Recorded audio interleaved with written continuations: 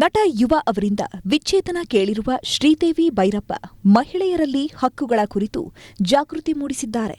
ವಿವಾಹದ ನಂತರ ಮಹಿಳೆಯರು ಎದುರಿಸುವ ಸವಾಲುಗಳು, ಸುಳ್ಳು ಆರೋಪಗಳನ್ನು ಎದುರಿಸುವ ವಿಧಾನ ಮತ್ತು ನ್ಯಾಯಾಲಯದಲ್ಲಿ ಪುರಾವೆಗಳ ಮಹತ್ವದ ಬಗ್ಗೆ ಅವರು ಮಾತನಾಡಿದ್ದಾರೆ. ಮಹಿಳೆಯರು ತಮ್ಮ ಘನತೆ ಕಾಪಾಡಿಕೊಳ್ಳಲು ಮತ್ತು ಸುರಕ್ಷಿತ ಸಮಾಜ ನಿರ್ಮಿಸಲು ಧೈರ್ಯದಿಂದ ಹೋರಾಡಬೇಕೆಂದು ಶ್ರೀದೇವಿ ಕರೆ ನೀಡಿದ್ದಾರೆ. ನಟ ಯುವರಾಜ್ ಕುಮಾರ್ ಹಾಗೂ ಶ್ರೀದೇವಿ ಭೈರಪ್ಪ ವಿವಾಹ ಆದ ಕೆಲವೇ ವರ್ಷಗಳಲ್ಲಿ ದೂರ ಆಗುವ ನಿರ್ಧಾರಕ್ಕೆ ಬಂದರು. ನಟಿಯ ಜೊತೆ ಯುವ ಅಫೇರ್ ಹೊಂದಿದ್ದಾರೆ ಎಂದು ಶ್ರೀದೇವಿ ಆರೋಪಿಸಿದ್ದಾರೆ. ಇದೇ ಕಾರಣ ನೀಡಿ ಅವರು ಯುವ ಅವರಿಂದ ವಿಚ್ಛೇದನ ಕೇಳಿದ್ದಾರೆ. ಈ ಪ್ರಕರಣ ಇನ್ನೂ ಕೋರ್ಟ್ನಲ್ಲಿದೆ ಎನ್ನಲಾಗಿದೆ. ಈಗ ಶ್ರೀದೇವಿ ಅವರು ಮಹಿಳೆಯರಲ್ಲಿ ಜಾಗೃತಿ ಮೂಡಿಸುವ ಕೆಲಸ ಮಾಡಿದ್ದಾರೆ. ಅದು ಕೂಡ ಯುವ ಜೊತೆಗಿನ ಫೋಟೋ ಹಂಚಿಕೊಂಡು. ಫೋಟೋ ಕ್ಯಾಪ್ಷನ್ನಲ್ಲಿ ಉದ್ದನೆಯ ಸಂದೇಶ ಬರೆದಿದ್ದಾರೆ. ವಿಶೇಷ ಅಂದ್ರೆ ಇವತ್ತು ಯುವ ಜನ್ಮದಿನ. ಇದೇ ದಿನದಂದು ಶ್ರೀದೇವಿ ಈ ಪೋಸ್ಟ್ ಮಾಡಿದ್ದಾರೆ. ತಡವಾಗುವುದಕ್ಕೂ ಮೊದಲು ಮಹಿಳೆಯರೇ ನಿಮ್ಮ ಹಕ್ಕುಗಳ ಬಗ್ಗೆ ತಿಳಿಯಿರಿ ಎಂದು ಬರಹ ಆರಂಭಿಸಿದ್ದಾರೆ ಶ್ರೀದೇವಿ. ನಾನು ಈ ಹಕ್ಕುಗಳ ಬಗ್ಗೆ ಶಿಕ್ಷಣದ ಮೂಲಕ ಕಲಿತಿಲ್ಲ. ಕಠಿಣ ಸಮಯಗಳಲ್ಲಿ ಮತ್ತು ಎಲ್ಲ ಮಹಿಳೆಯರು ಘನತೆಯಿಂದ ಬದುಕುವ ಸಲುವಾಗಿ ನಮಗಿಂತ ಮೊದಲು ಹೋರಾಡಿದ ಜನರಿಂದ ಕಲಿತಿದ್ದೇನೆ. ಮದುವೆ ಮಾಡಿ ಮತ್ತೊಂದು ಮನೆಗೆ ಕಳುಹಿಸಿಕೊಡಲು ಮಾತ್ರ ನಾವು ಹೆಣ್ಣು ಮಕ್ಕಳನ್ನ ಸಿದ್ಧಪಡಿಸುತ್ತೇವೆ.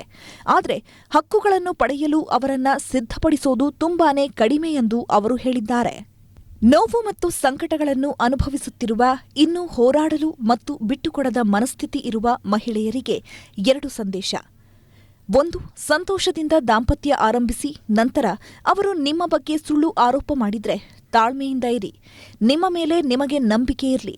ಸಾಬೀತುಪಡಿಸಬೇಕಿರುವುದು ಅವರ ಜವಾಬ್ದಾರಿ, ನಿಮ್ಮದಲ್ಲ.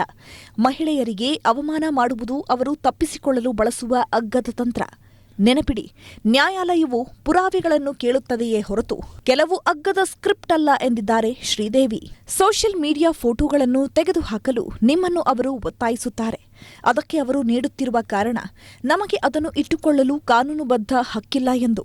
ಮದುವೆ ಆಗಿದ್ರೂ ಅಕ್ರಮ ಸಂಬಂಧದಲ್ಲಿ ಇರುವುದು ಮತ್ತು ಮದುವೆ ಆದರೂ ಸ್ವತಂತ್ರವಾಗಿ ಓಡಾಡುವುದು ಕಾನೂನುಬದ್ಧವಲ್ಲ ಎಂದಿದ್ದಾರೆ ಅವರು.